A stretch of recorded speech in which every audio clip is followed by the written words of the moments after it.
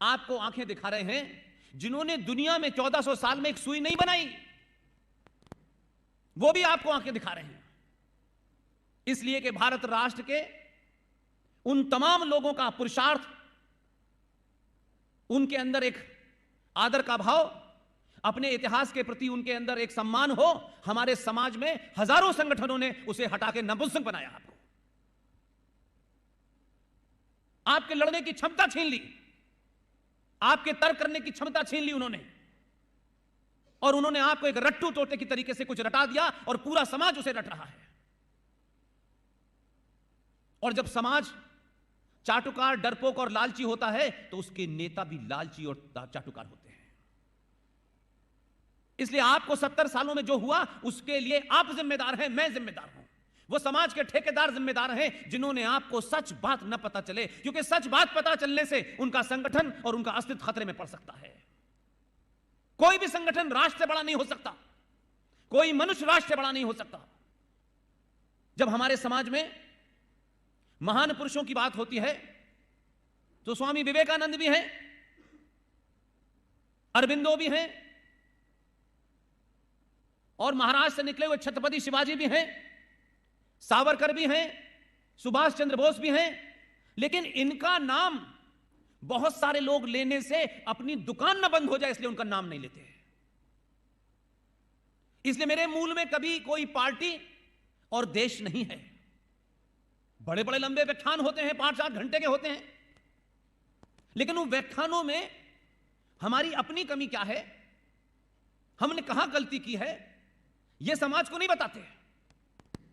इसलिए आप जब यादव होके, ठाकुर होके, बनिया होके, ब्राह्मण होके, ऊंची जाति नीची जाति के नाम से वोट देते हैं तो आपको लुटेरे और चोर नेता मिलते हैं। इसलिए मैं आपको इसलिए मुबारकबाद देता हूं और हर मंच से देता हूं।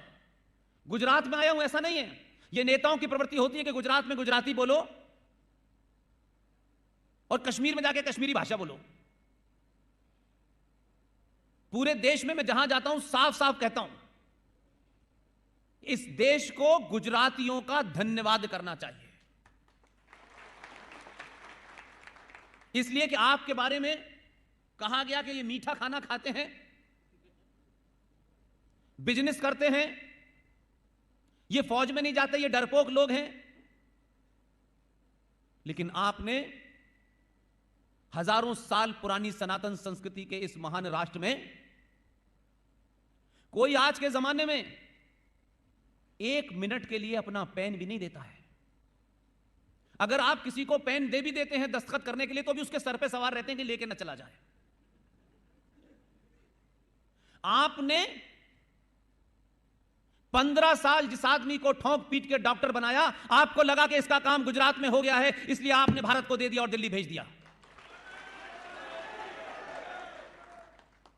और ये दिल, ये जो आपने परोपकार किया है, एक बार नहीं किया। जिसे 2014 में भेजा था, दिल्ली में बड़े बड़े रैकेटियर हैं, बड़े बड़े दलाल हैं, हर पार्टी में हैं, ऐसा नहीं है कि कुछ पार्टियों में नहीं, सब में हैं। उन दलालों ने सोचा ये खिचड़ी खाता है, खाकड़ा खाता है, इसको हम बताएंगे क्या खाना है। लेकिन आपने इतना ठोंक पीट के भेजा कि दिल्ली के बड़े बड़े लोग ये सोचने लगे करें क्या। तो जब उन्हें कुछ नहीं मिला तो भारत सरकार ने जो उन्हें अवार्ड दिए थे वो लौटा दिए। गुस्सा आया तो उन्होंने अवार्ड ही लौटा दिए। फिर अवार्ड खत्म हो गए, आप क्या करें। तो कभी वो पाकिस्तान में जाके डराते हैं, वहां की आईएसआई से कहते हैं भाई हमारी मदद करो, इसे हटाओ, हमसे तो हट नहीं रहा ये। और ये सिलसिला चला और 2019 तक पूरे देश में, दुनिया में यह माहौल बन गया कि जिस आदमी को आपने भेजा था वो अकेला पड़ रहा है। कुछ कमजोर पड़ने लगा है क्या? आपने उसकी हिम्मत बढ़ाने के लिए 2019 में दूसरा भी भेज दिया।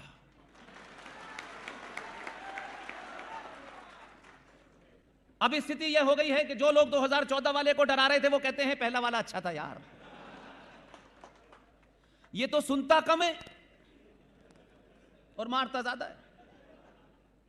इस सिलसिले को गुजरात का एक एक नागरिक याद रखे।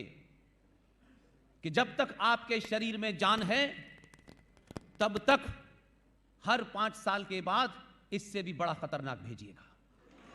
ये रोकिएगा मत।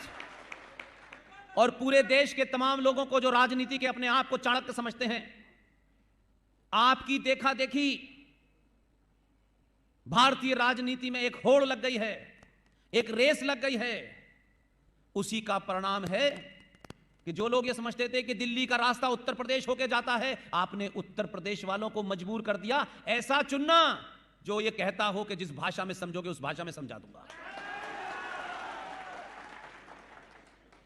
इस पुरुषार्थ को कमजोर मत पड़ने देना, क्योंकि ये कई 100 सालों के बाद जगह है।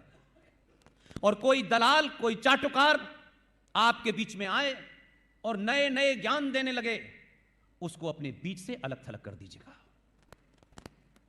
700-800 साल के बाद आपको अपने होने का बोध हुआ है। आपकी माताएं बहनों के सम्मान की बात होने लगी है। भारतीय राजनीति में 70 साल के इतिहास में जो भी पॉलिटिकल साइंस के गुरु हैं, जो भारतीय राजनीति को पास से देखते हैं, वो ये यकायक समझते हैं कि भारत में कुछ हो गया है। इसलिए जो बुद्धिजीवी भी हैं इस देश के, वो भी लंबे समय से चाटुकारिता करने के कारण सही बात लोगों को नहीं बताते।